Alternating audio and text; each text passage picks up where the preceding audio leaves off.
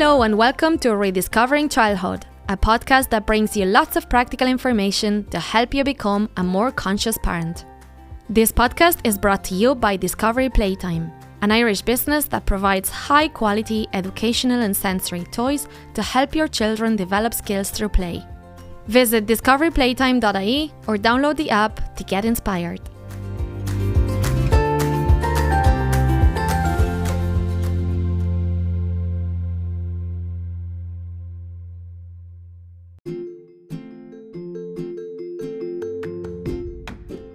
Today we're joined by Katie from Twinkl Kids. She will talk about the importance of being comfortable with your own self before you can support others. We talk about the benefits of independent play and how to get there. Katie shares her experience of 8 years living and teaching in China before she moved back to Ireland and set up her own business. We also share a view on the current issue about sharing children's private life on social media.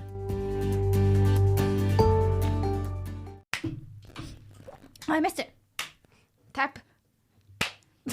You're not actually meant to do this. No. I think there's only meant to be one, but we always It's just our go around tradition, the clapping tradition. It's how we start. Hello, Maria. Hello, Shannon. How are you? I'm glad you came today.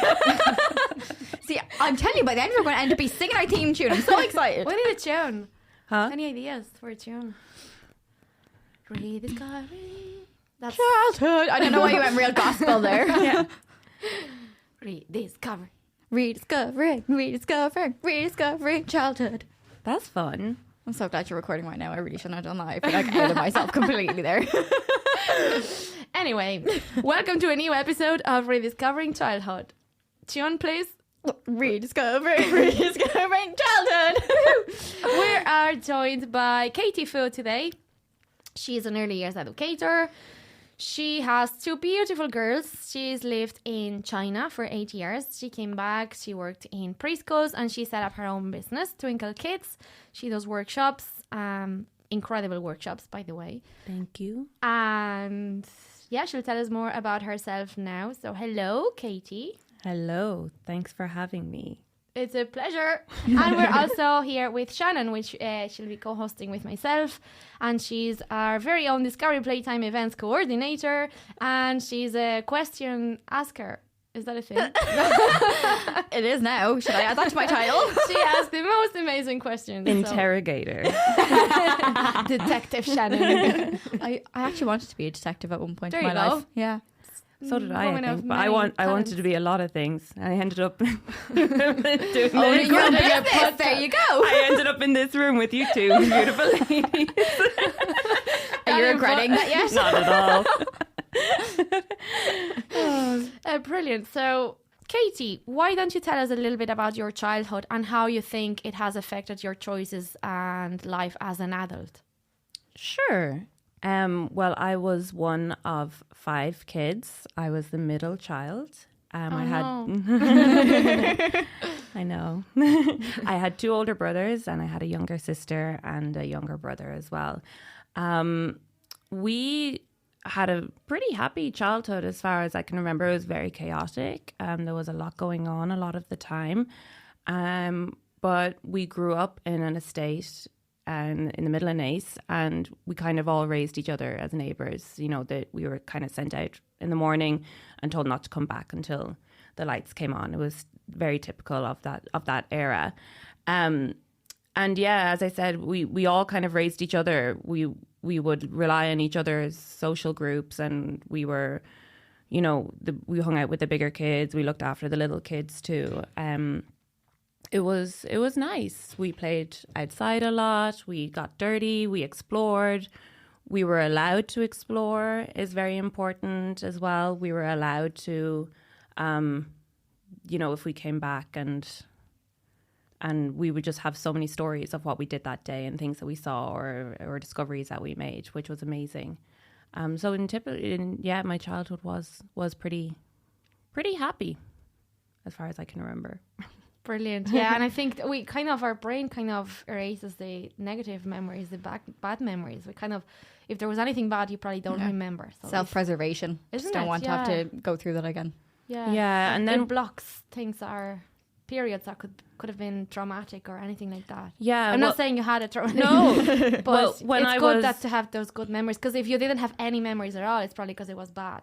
yeah. But if you have good memories, then. I struggled a lot in school. That was a big thing. Even from junior infants and senior infants, I did not want to be there. I felt, I don't know, I'm not certain of the reasons why, but I just really had major school avoidance too. And I think that carried through actually right into my teenage years. I was quite rebellious and quite anti-authority, I suppose you could say. But also an important point to note is that when I was about 6 or 7, we moved from Naas, moved to the countryside, and I didn't know anybody. And I felt like my little community that I had built outside of my family, where, yes, being the middle child, you know, there wasn't that much attention given. And I think maybe I needed a bit more attention. So I felt a little bit lost when we moved out to the countryside because I didn't have anybody really out there. And very isolated. It was very isolated. Yeah, very isolated. And but in that same sentence, I also learned how to be comfortable with myself too, and to learn how to entertain myself and be happy with my own company as well, in many ways. That's a huge learning, because it can take a lifetime to learn that and to be okay with yourself. Well, I'm not saying that it lasted for my entire life. I did have to. But you're aware that that's something you need to do and work 100%. I mean, you know, we all go through struggles with anxieties and you know, feeling not confident and insecurities. So it is something that's still a lifelong learning lesson. Yeah. But I think it's really important for kids to know that the person that they need to be most comfortable with is themselves. Yeah. And that's the person that they can rely on the most and depend on. Absolutely, yeah, because that's the only person that's always going to be there. Yeah, so I think as a childhood experience, that was definitely something that I think carried through for me anyway. And also my love of the outdoors. I was always an outdoors girl. I loved to be outside. I would always bring home other people's dogs and pretend that they were stray dogs that I had rescued. Did your neighbours appreciate that? I think they were just happy to kind of have the entire house free for a while, but my mom would always make me return the dogs back. I used to take pens, but like taking dogs is another level. Pens as in like the writing utensil? Yeah, writing pens. Like so you go into someone's house and be like, oh, thanks. No, just any pens that I find anywhere. I didn't even realize when I'm like, where are all these pens coming from? But like, I wouldn't. That take just dogs. shows to your creativity though. But I would pretend that they followed me home. I'd be like, this poor dog, he followed me home. And the whole time I was like coaxing it along with like, the chicken from the fridge is actually gone because you've coaxed the dog with it. Where are all my packs of ham gone? So I've always loved animals, clearly, and kidnapping, dog napping. No, definitely my love of the outdoors was very much nurtured, and that was because I was told to go outside and not to come back in. That boundary was very much firmly put in place. And also our house was kind of, when we lived in Naas, our house was the house that all the kids wanted to be in, because we had a trampoline in the back garden, and my mom was very relaxed and very welcoming of all the kids. So it was kind of, it was nice to be that too for us, not so much for my parents. Having all these extra children come around to play all the time. Yes, exactly. And you said you used to play a lot, and that's something that keeps coming up on all of our interviews, because we're kind of all from the same generation or similar, and we used to play outside a lot. Why do you think kids are not playing outside as much now? I think there's a lot of reasons, and I think some of them are valid, and I think some of them, you know, maybe it's just our own insecurities and fears. I feel like the larger the world has gotten for everybody, the scarier it has become. And the more we know, the more we are afraid of. And I think in many ways, ignorance was bliss when we were kids. We always felt very safe. There was never any worry. But now that we know so much more about the dangers, I think that we just want to protect our kids. That's all we want to do for them. And sometimes, you know, having them play outside, we're worried about them getting hurt or injured, and we're not there for them when this happens. You know, the typical things like stranger danger and things like that is a big. It's really just down to safety and. Yeah, I think so. And I also think in many cases the community has kind of dissipated a little bit in estates. Now, I don't live in an estate right now. Actually, that's extremely different than how I grew up. Me and my girls and my husband, we live in the countryside. We're very remote. We don't have any kids around us. So that's a completely different upbringing than what she had or than what we had. So I think that's also a factor too. And I think in many ways too, when kids are at school and they're at school all day, and when they come home, they just want to relax at home, and the parents might just want them at home as well, or else they go straight to creche. So this kind of freeness of just being told to go outside, it almost makes you a bad parent in a way. Like you fear of being judged if you're that parent that tells your kids to go outside and don't come back until you get hungry or until it's dark. I think that's a huge factor too, of this feeling of being judged as well. If you're not dedicating your entire existence to your kids and to making sure that you're the one that's making them happy and you're the one that's providing everything for them, then you're not doing a good enough job. That's just how I feel. It's funny how the same exact sentence can carry such different meaning from different points. Like years ago when we were growing up, going outside and not coming back was just a normal, like if you were inside, what are you doing? Like you're going to get vitamin D deficiency if you don't go outside. Yeah. Whereas now, like you're saying, you feel like if you tell your child to go home and not come back, you're a bit like, but why? Should I not be spending more time with them? Should I not be doing this because they've been in school all day, because I've been working all day? And you have that guilt. Yeah, it's really just about finding the balance. Yeah. And I think, back then, if a kid wasn't outside with us, we were like, what a weirdo. Like, he's so sheltered, whereas now it's not. Now, and as I say, I haven't seen... I don't know if I'm fully qualified to answer this question because I do live remotely. Maybe kids are still playing outside. Your kids play outside all the time, right? They are raised in a community. They are helping each other and they rely on each other and they can talk to each other. I think it's down to parents' trust as well. Yeah. Trusting your own children. And that comes from giving them the opportunities to show you that you can trust them from really, really young. Yeah. For me, I've always given them the opportunities. I know I can trust them, kind of. To a certain extent, then you have safety and you have dangerous people outside, and obviously I know where they are. I can see them from the window, and if they're playing outside, I just think it's really important. And if I can't trust them, then I'll make sure I'll bring my laptop and sit outside, and they can play outside. But for me, that's not even a question. They have to play outside every day. Yeah, yeah, with other kids. Yes. Yeah. Or with their own. Or by themselves. Yeah. I don't have to be there. And if I'm outside, I'll be like, I'll play with you for 5 minutes. Like, it has to be a balance as well. I'm not going to give them all of my time. Yeah. Because if I want them to learn that they need to have to, as you mentioned, they need to be okay with themselves and get to know who they are and get to know themselves and be okay with being alone, being with themselves, I need to show them that I do that as well. Mm-hmm. And I give them that time. And I'm not always there with them, because then that's when you jump into toxic relationships with friends, with partners, with everything, because you don't know how to be on your own, and you'll do whatever it takes to be with someone and to have friends. Friends are not really friends, but that's very, very important. So it's really important, that independent play as well. Mm-hmm. And that brings us to another question as well. How would you promote or encourage children to play independently? It's something that's really vital for kids, more than almost anything else, I feel, is, like we said, that comfort in being with yourself and being happy in your own presence and being able to follow your own direction. But the problem is that there's this huge pressure on parents now to, as I said, to set up activities for them, take them to places, and it's all just more. And the problem is that kids are just coming to expect more and more and more. And I always need to be entertained because you're always here to entertain me. And then when it comes to being, parents are like, why won't you just play? Why can't you just play and give me 5 minutes? It's because they haven't learned. Yeah.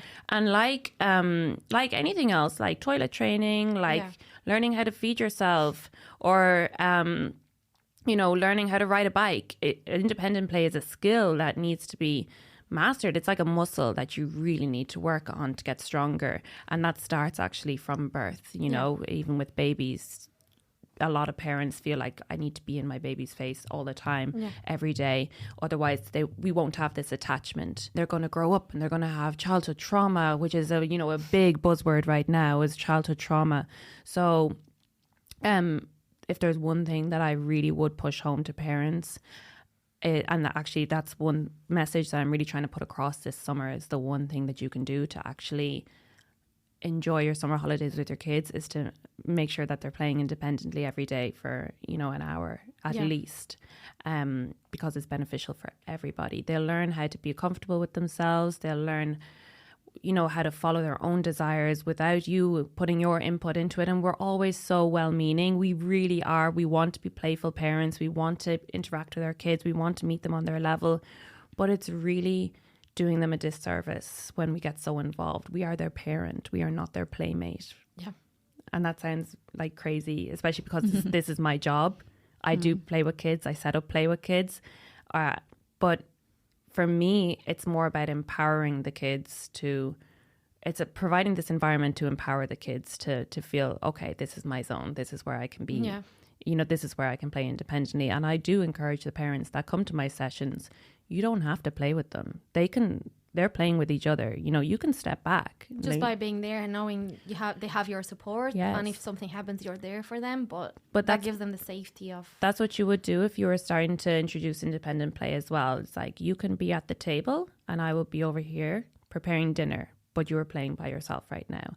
I can't play with you right now. So, and then you build it up bit by bit until eventually they can be in the other room. You do the same thing if you were, you know, helping your child to sleep independently as well. You would start off with baby steps and then you would, you know, slowly step back. And independent play is the exact same thing, but it's really one of the most crucial things that kids can have, because it benefits everybody, every single person. It benefits the kid, it benefits you, it benefits your family. And yeah, it sets them up for life as well. Yeah, and it teaches them to be more patient as well. And, you know, it's not about everything about them. They need to wait for things to happen. And, you know, by you giving them that constant attention, then they're going to throw tantrums when they're not supposed to, because they're not used to having to wait for things. Or yeah, you know, it's a long-term investment. Yeah, and we're seeing it actually a lot with older children now, 5 years old, 6 years old. And I think a lot of it has come down to because of COVID happened when they were probably 2, 3, 4 years old, which is a major turning point for them socially, emotionally. They're supposed to be starting preschool now. This is when they're going out to learn all these social skills. But they were cut off, and then they were spending their whole time with parents who were panicking that the world was ending. So I'm going to make the most of this time with my kids. We're all at home now. So they had that undivided attention. And now that we kind of want to backpedal a little bit, the kids are a bit like, they're a bit regressing, I feel, into in social skills and regulating their emotions. They're kind of showing, you know, 2 or 3 year old tantrums, but they're a lot older. And just that lack of experience. I am no psychologist at all. This is literally just an observation. I've noticed the same at the workshops and other environments, that it's just that lack of experience. That's why I always say, with or without COVID, it doesn't matter. That was not an excuse, but it was a situation that was there. But with or without it, we need to provide as many experiences as possible to our children for them to experience the world and become more independent in any area of life. Yeah, in every area of life. Because I think when we say they need to learn how to experience the world and discover things, we often think about, you know, hands-on stuff, physical stuff, but it's more than that. It's about feeling the hard feelings, you know. Yeah, but I've seen so many things though as well that say, you know, I will never say no to my child, or I will never use the words no or don't. But I don't know if I agree fully with that. I think parents do need to use those more nowadays. I mean, you're empowering your child to use one of the strongest words that they can use for themselves in future is no, or I don't like that, or please don't do that. That's not nice. You know, it's not about always making sure that their bubble is positive and perfect, and we're not always going to get it right. And of course, I would always advocate for using, you know, child-friendly language or positive, focus on the positive sides of things. But this movement towards, you know, not saying no, or not saying don't do that, or you can't do this, I think it's actually kind of detrimental to the kids because they're not then learning these skills that they will also use in future with their friends. Yeah, and they might become people pleasers because they can't say no, and they have to do everything that others want them to do. And that's not what we want. Exactly. And then if they get into a social situation where maybe there is one toy and 3 people who want the toy, they're just going to end up giving up the toy then, because they think that it's not okay for them to say no and to say, I'm actually using this right now. I can give it to you after. Exactly. So I think that right now the parenting world is just extremely confusing and conflicting, and I can only tell you my experience of it, and the way that I can see it, and I just find that it's a minefield, and you really can just fall back on yourself. Thanks. And that's a really hard thing to do. The same way that it's really hard for kids to be bored, it is very hard for us to just kind of be comfortable in stillness and be comfortable in silence. We always might feel that we need to fill their silence with, a joke, or let's sing a song together, or let's put on, songs in the background. It's about becoming really comfortable with stillness and silence and quiet. And that's where the magic happens, because then you can think, and then you can tap into all these different levels of your brain that you didn't even know existed. And to get there, you have to work on yourself first. 100%. You can't help your child, support your child, if your mind is not able to sit still and think. No. And by doing that, and the first step in doing that is to giving them some independent quiet time every day. Most people think when the kid stops napping, this is it. Like, oh, what are we going to do? I don't have my hour or two every day to myself anymore. But that doesn't have to be. You can still continue on a quiet routine for the kids, and where they can sit in their room. Yes. And, listen to some audiobooks, or just lay quietly, or look at picture books, or draw, or colour, or play with toys. But the key is that they're alone when they do it. And that's not bad parenting. That's actually setting them up for success. For success, absolutely. And I think it's something as a parent that you need as well, to be able to have that quiet time, so you're not always running on like 110% overdrive constantly too. 100%. Oh, 1,000,000%. Like, you need that time to step back. And ideally, you wouldn't be using this quiet time to catch up on laundry and run around and do the million tasks that you've been putting off because you've been playing with them all morning. No, like, this should be your time to kind of read a book, or, draw, or craft, or whatever you're interested in, whatever feeds your soul. That's what you should do during this time. Now, this is coming possibly from a privileged position. I know that people have work, or they have or, a lot of things to do, hospital appointments, things like this. Just when you can, I think it's really important. Even like if you have to wake up 10 minutes earlier that morning and do a little, I always hated meditation, but I'm starting to learn even like meditation while I'm putting hand cream on my hands and rubbing my hands. I need to be doing something. But if that's what you need to do, but just that being connecting with myself. And then I'm ready for the day, and my brain is calm, and then I can deal with whatever happens. At least for the first 10 minutes. At least for the first 10 minutes. At least for the first 10 minutes. Yeah, you have to kind of start off with a level head to be able to take all the roller coasters that are going to happen throughout the day. And you think like you can do everything, and you can, and you can, but you need those 10 minutes. Yeah, and look, that's not always easy, because you might have kids running in the morning, and jumping on your bed or trying to wake you up. You could set a boundary as well. You can say, I'm not ready to get up right now. You need to be a confident leader and a role model for your kids, because they'll gain these skills too. In the moment, it feels like you're rejecting them and you're pushing them away, and they might react like that. Why are you rejecting me? Why are you pushing me back? Like, don't you love me? But you really do need to think about the bigger picture here. You're setting them up for skills. They're not going to be children forever. They are going to be adults, and this is where the major learning happens, and the the building blocks and the foundations happen is in childhood.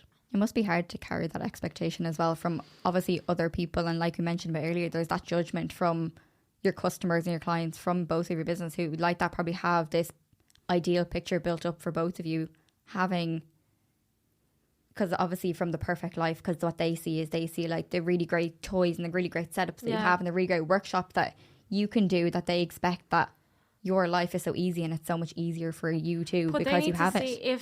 If I'm doing a workshop, a messy play workshop, the last thing I want to do when I get home is messy play. That's the last thing I want to do. Yeah. But I'll bring them outside. We'll do messy play outside. We'll, look for things on the ground and put them in buckets. But I live it outside, so I totally get the idea, or like what parents think about messy play, or about, if you don't want to do it inside, just do it outside. But do it. Yeah. Do it. Yeah. I always say like time spent on screens, and I think screens are incredible, and they're here for a reason, but we need to use them for the right reasons. Like if I need time, if I need to work, if I have a call, if they're back from school and they need time down, they can watch TV for an hour, no problem at all. But it's finding that balance. You've been watching TV for an hour, now we're going to go outside for a walk. Yeah, It's because I'm finding sure that that many balance. parents will resonate with as well. If the longer you leave them on the screen watching TV, the harder Their it is behaviour to pull them off it. And the Yeah. behavior, that transition can be a very difficult Yeah. one. Very, very tough. So you need to find, maybe it's 2 hours for your kid, or maybe it's 10 minutes. Every kid is Yeah. going to be different and react And differently they'll with find screens. a way. They'll get bored. They will get bored. We all Yeah. get bored. That's Yeah. okay. But that's what gets you to be creative and find things to do. Mm-hmm. Yeah. And they'll do that. Our TV is broken. And I swear they find things to do. Yeah. I think my TV should be broken too. Broken. Quotation The broken. cable mysteriously goes missing from the back of it. I don't know where it's gone. Oh no, somebody they'll- snipped it. Those Must fairies. be the snails. So Snails have eaten the TV cord. but yeah, if that's what it takes, Oh, they got you the know, switch too. Don't just say no. Just use that as, you know, the TV's broken, the controller is lost. Anything. Yeah. Whatever Yeah. makes your life easier. Yeah. But again, absolutely. like if they have to watch TV every day, they have to watch TV every. I'm not going to pretend that TV is bad or we're never watching TV. No, we do watch No, TV. I mean, every day. I grew up on TV. A lot of my character building was from watching TV Yeah. shows, and You learn a lot as well, you but then you learn have so your much. playtime and you can put it into Yeah. practice. Yeah. If you like Pokemon, you can watch Pokemon and then go outside and play it. Pokemon and do pretend play and I mean- trade cards and, you know, do messy play and put your Pokemons into mud. And, you know, it's, Yeah. it's that balance. My Yeah. parents never played with me, as far as I can remember. Like, I even asked my mom a few weeks ago. I said, "Did you play with us when we were kids?" And she said, "No, not really." She said, "I wasn't really good with kids." I was like, "Oh, okay." And now it's just flipped. It's done a complete 180. Yeah. And I know all the research is saying, yes, this is so good for your kids, or this is great, but who's to say that it is, the best? Yeah. Children are the most notoriously difficult things to research, because they're so little, and they don't have all these concepts in their minds yet. So you can observe and you can ask questions and do it as much as you want, but their answer one day is going to be a completely different answer Yeah. the next day. So take every research, I'm doing air quotations, with a pinch of salt, because it's not set in stone. Yeah. It's not guaranteed. It's not concrete. But the one thing that is concrete is that play is the way forwards, and play is essential. Like all mammals on the planet that play when they're children, it's essential for their learning and for their development. That's no question. You set up Twinkle Kids 2021? 2020. 2020. Yes. Yeah.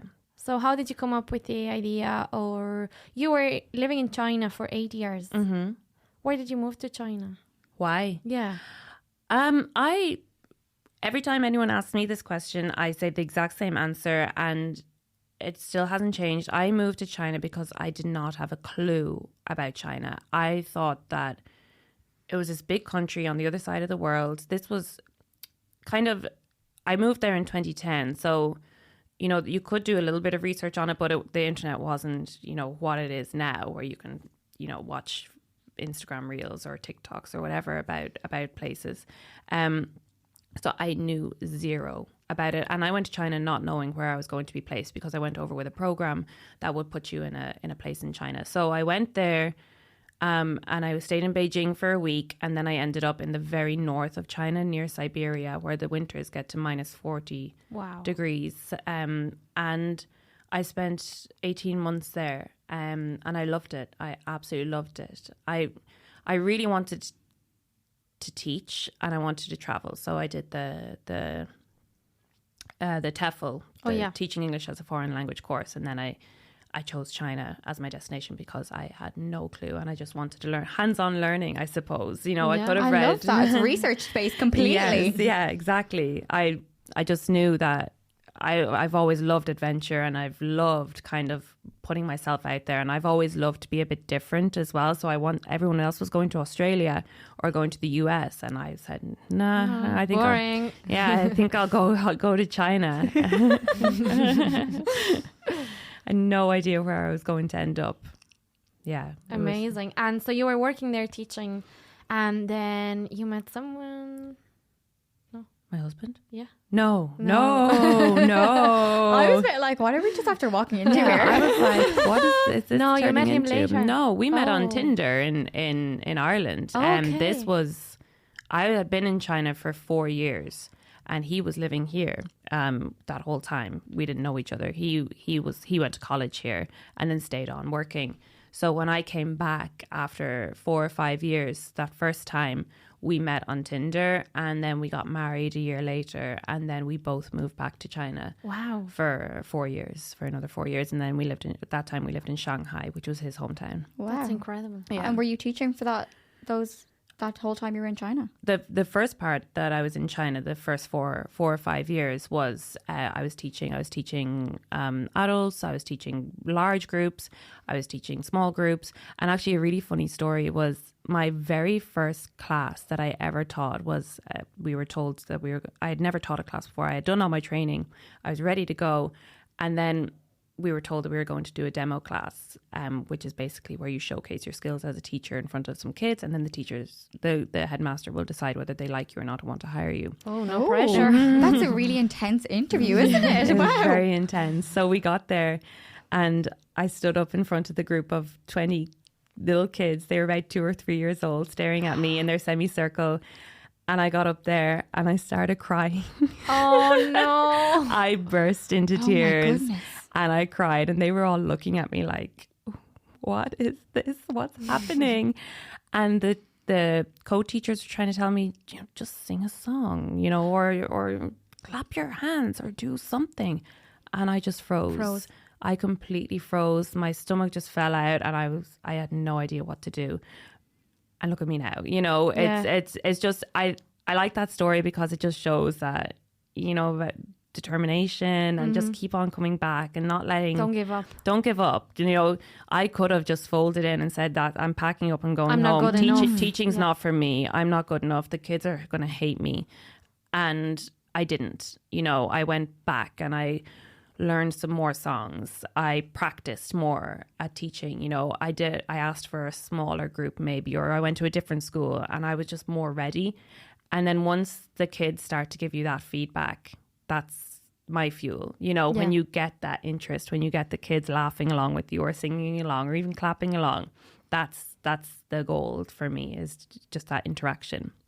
But I do like that story because it just shows, even somebody like me, where people are like, you're just so good with the kids love you, they're mesmerized by you. It wasn't always like that. I just never gave up. That's true. That's the only difference. And I didn't even grow up around children either. I never held a baby until basically my own daughter was born. I was a teacher then in my 20s, but I didn't grow up around children. I had no idea how to be around children. I was very kids kind of terrified me a little bit. So I've done a complete 180 as well. Yeah. It's really interesting that you said that, because I think most people as well, they go through all of these learning courses to learn how to teach and things like that, but they'll never actually really prepare you for that first day where you're the person standing in the top of the class and everyone's looking at you expecting this thing, and you're like, I don't know what to do now. Yeah, you can freeze, and you can, and even now to this day I still get moments where I panic, but it's mostly with adults. I find adults very intimidating. Kids, I'm like, I don't mind kids too much, so I try to picture all the adults. If I'm doing a training or a course, I just picture the adults like an adult head on a little kid body. Children are way more forgiving. Way more forgiving, and you can usually win them over with like a fun song or a silly joke. Yeah. Whether we're more judgy. Absolutely. And you can see it on our faces, I think. But adults, you can nearly see. But see, most the of the judgment. time they're not even judging. They're just thinking on their own things. I forgot to empty the washing We machine. just- We think they're judging because they have that face of, no. oh no. And We it's just think not. that they're judging us. It's not, Yeah, yeah. we just have this idea in our heads, this fight or flight mode 'Cause, where we think it's about us and it's not. It's about the it's washing really machine. not. Yeah. They're worrying about, they have their own worries Yes, to go yeah. on. Like, they are not worried about what you're wearing Yeah, or how yeah. bad your hair looks today. Yeah. Nobody cares. Just have to get on with it and do And those it. who do what care- makes you happy. It doesn't yeah. matter what others think. Those who do care, they're not worth your time Yes. thinking about. Absolutely. Because their hair looks stupid too. We're not That's an judging. interesting way to think of it. It's just a fact. I'm not sure what you're going to do with that one, Maria. Oh, we're leaving that.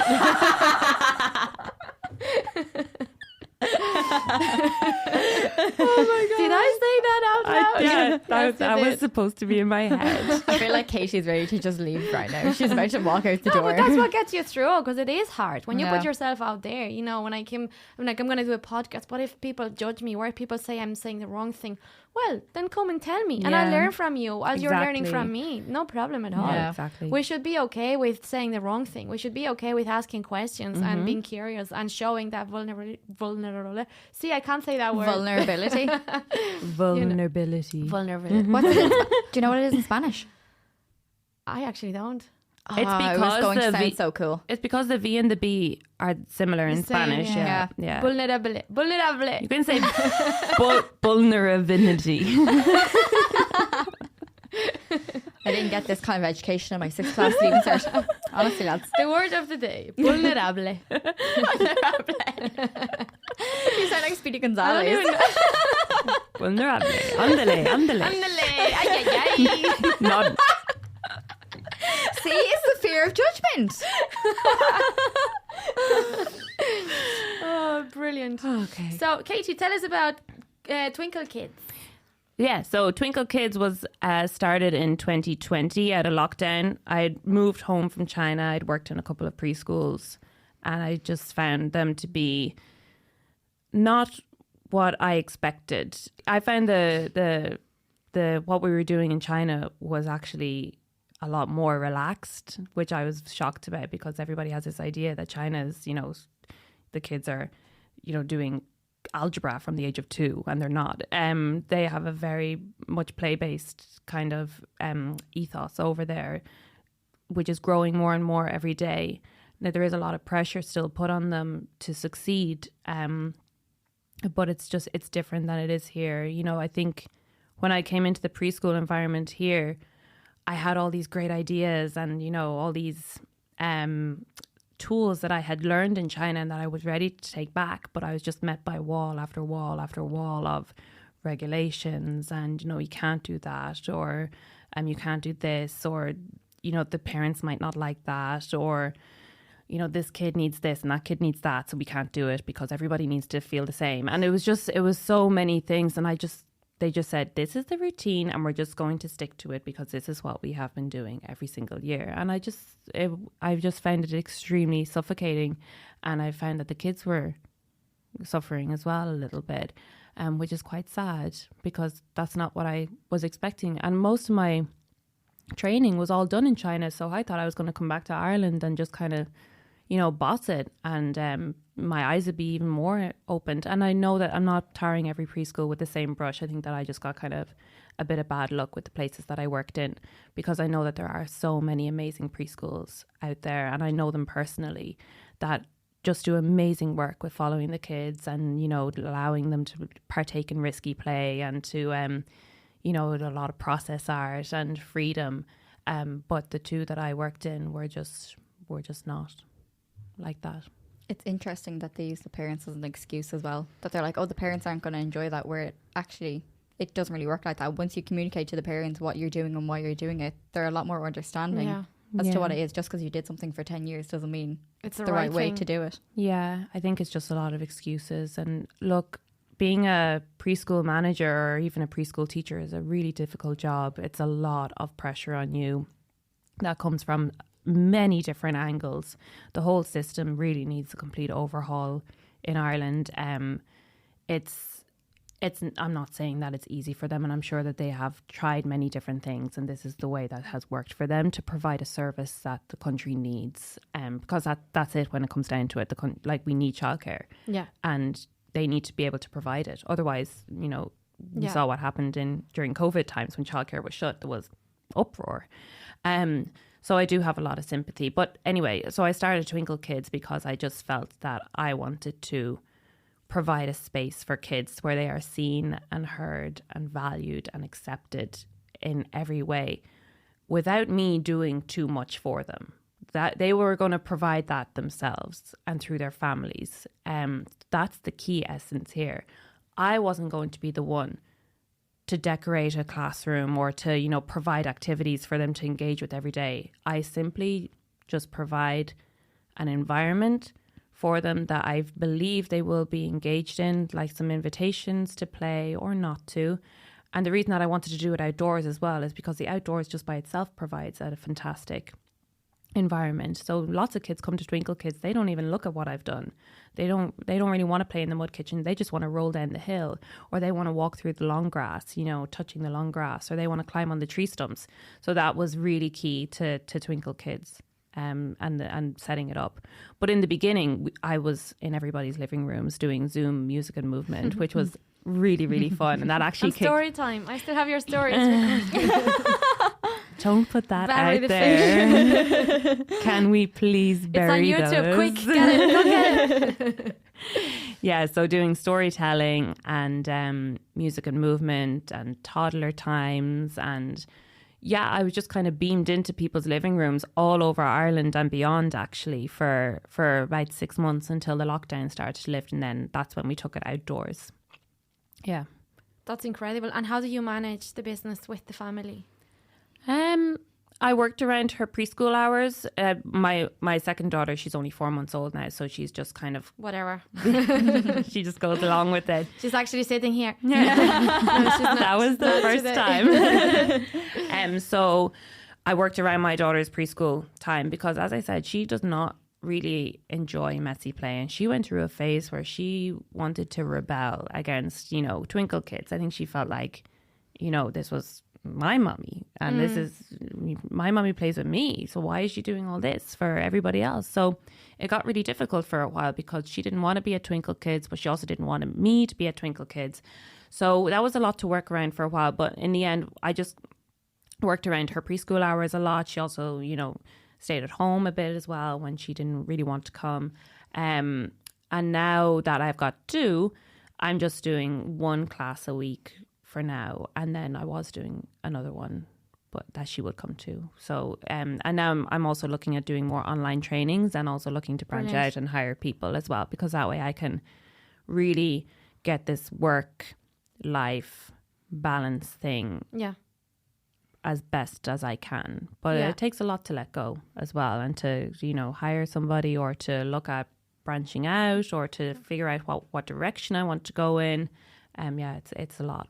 Yeah, especially when you've built something and you know exactly the way you want it to be done, and it's hard to rely on someone else to provide it with the same quality that you and passion that you provide. But it's also very, very, very hard to bring your own kids to work. Yeah, very hard. Yeah. People think working from home is really difficult. Try, you know, bringing them out and setting up.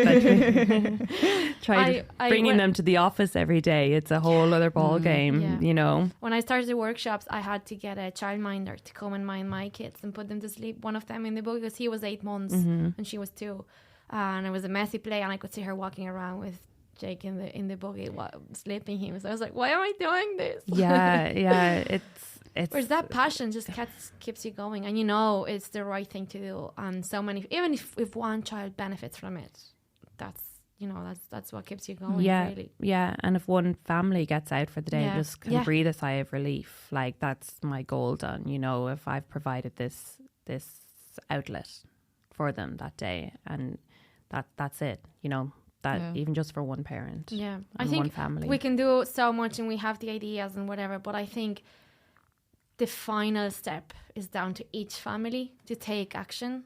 You know, like we can provide so many ideas for play. We can provide so many, show all the benefits for outdoor play, for pretend play, for independent play, for everything. But it is the families that will make it happen. You know, and day by day, step by step, action by action, activity by activity, you know, and it's like, you don't get that your child to know how to play independently or how to be more independent or creative or a problem solver or whatever by creating this activity. It's the consistency of doing it every single day. And sometimes I think people forget that. They're like, if I buy these toys, they'll know how to play. Or if I go to these workshops, they'll know how to socialize. Or no, it's that consistency and one thing at a time, but just keep going. It doesn't happen overnight. It takes time. Yeah, it takes time, and it takes you need to keep reminding yourself of the bigger picture, because in the moment it can be really hard to hold that boundary and to be like, this isn't happening, you know, or I'm not available right now to play. Maybe we can do something together after dinner, or we can work on a puzzle together maybe another time, because I know that I'm not the only one that actually really doesn't like engaging in pretend play. And the older that my daughter's gotten, the more I dislike it actually as well. So I will often offer an alternative. Yeah. If she really wants some connection time, I'll say, I'm not going to sit on the floor and play, but how about we bake something together? Or would you like to help me cook dinner? Or would you like to work on a puzzle together? Things like this. Because that, for me, it's play and enjoyable. And for her, she's getting to spend time with me, to connect with me, which is all that she wants. If there was only one thing that you want your children to learn from their childhood, what would it be? Most definitely to love yourself more than you love anybody else. More than me, more than their dad, more than their friends. The most important person in the world is yourself. Because that's, as I've said earlier, that's all you can rely on. And when you can do that, it's the most empowering thing. And it's not easy. It's a lifelong journey and lifelong lessons, and you're going to get knocked down, and you're going to get, hurt, or you're going to fall. So it's just about trusting yourself, trusting your instincts, trusting your gut, and having respect for yourself as well, more than anything too. Yeah. I totally agree. Thank you so much. And one more thing, where would you like to see yourself in 2 to 5 years? 3 to 5 years, that's if you don't win the lottery. I don't even know what I'm going to be in 3 to 5 days. I don't even know what I'm having for dinner tonight. But that's something, not knowing sometimes is a way of knowing. Look, I don't know, but I do know what I want to achieve in a way. I want to, because I'm only one person, and as I've said, it's very difficult to find people that are passionate like me and that have the same understanding as I do. If you are out there, please reach out. I'd love to hear from you. But I really want to dive more into training programs for educators, preschools, and also help to support parents more, and to help parents realize that they're just okay just as they are.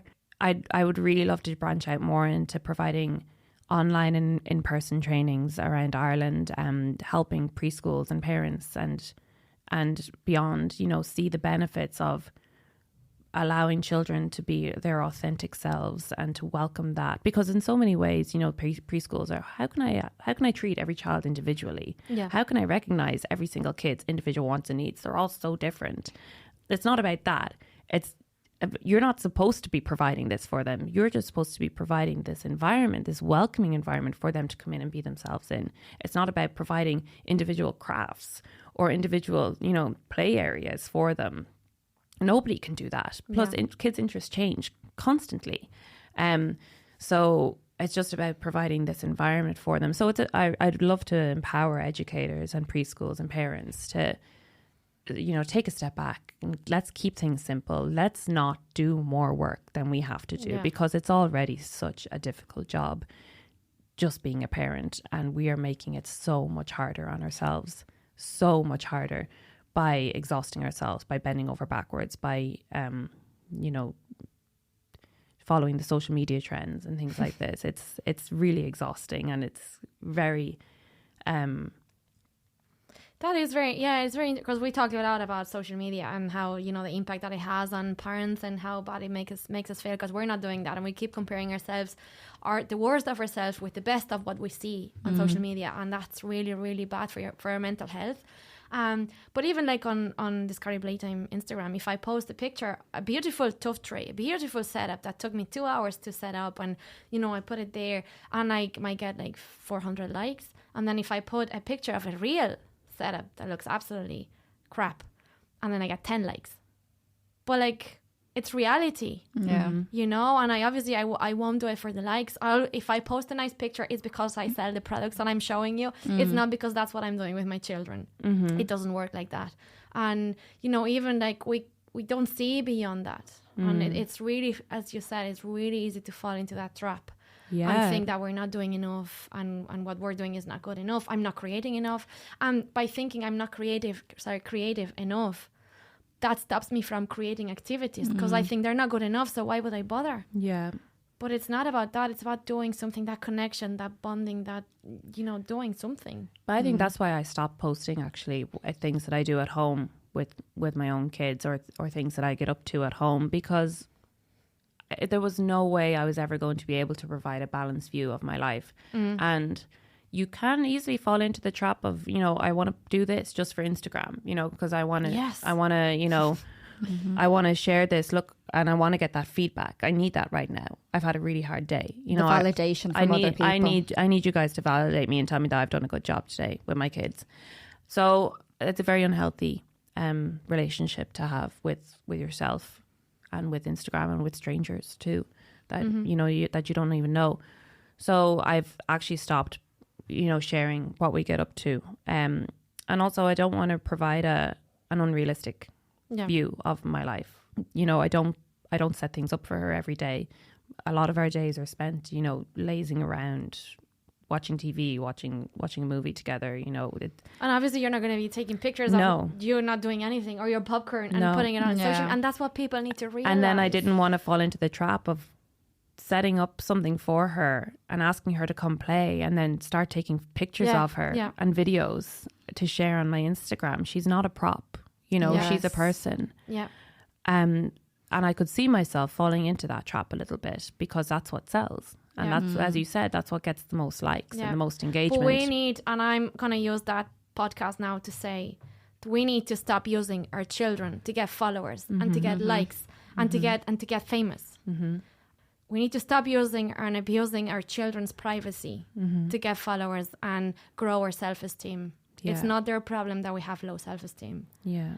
And I don't get, I know that some people might not agree with this, but it's so important. We need to protect our children's privacy. Absolutely. They're not toys, you know, they didn't sign up for this. No. They didn't ask to be. No. And, you know, even now, you know, she'll ask me, can I go on Instagram? And I say, no, you know, we're not doing that. Yeah. Now, I never shared her face. I never shared many details about her or what we do. But I've made the conscious decision now to not share anything about what we do at home and just share business, because that's all it is, you know, right now. Yeah.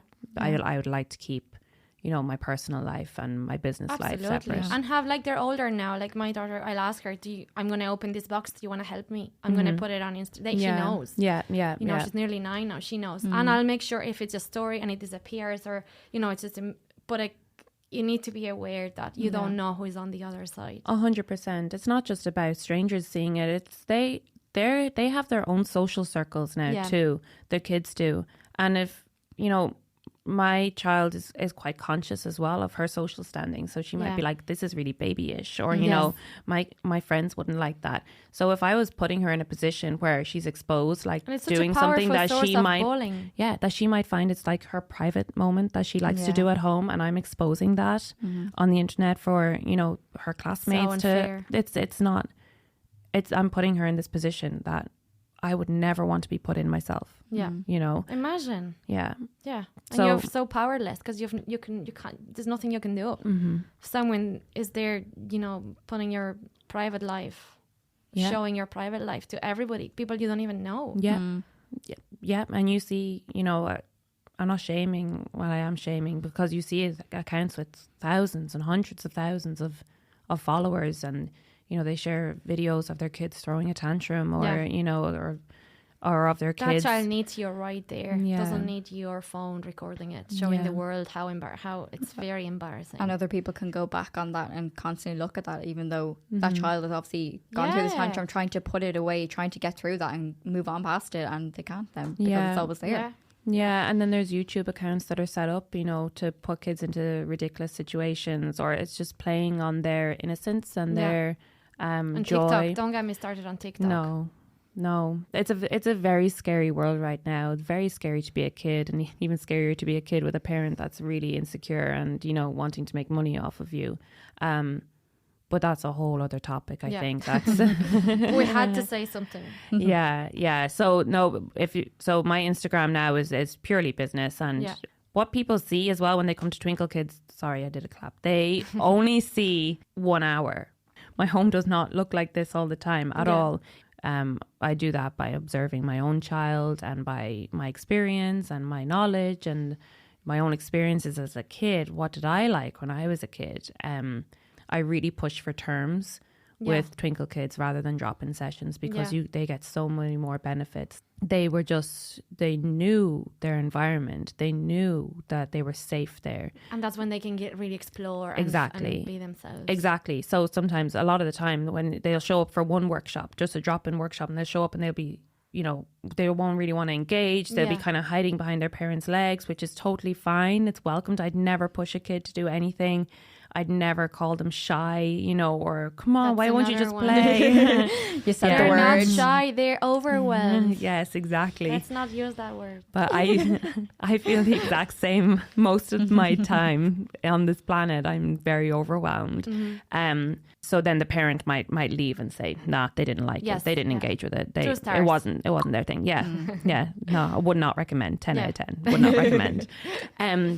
But if they came back the week after, they would see that their kid is starting to get a little bit braver and a little bit braver and a little bit braver until at the end they're running in and they know exactly where they want to go and what they want to do, and they'll give me a big high five on their way in as well because they can learn that they can trust me. Brilliant. So if anyone is out there working in a childcare setting or a library, reach out to Katie because she can help your children reach their full potential. I like that. Yeah. That's nice. Thank you so much, Katie. You're so welcome. For being here today and sharing your wisdom with us. I could have stayed for a lot longer, I know. but my tummy's growling. We're hungry now. And thank you so much, Shannon. Thank you. I loved having the conversations that you wouldn't usually have. Thank you. Thank you for listening to this episode. If you'd like to share your own story on our podcast, please get in touch through our social media. Don't forget to like, share and follow so you'll never miss out on upcoming episodes. See you next time!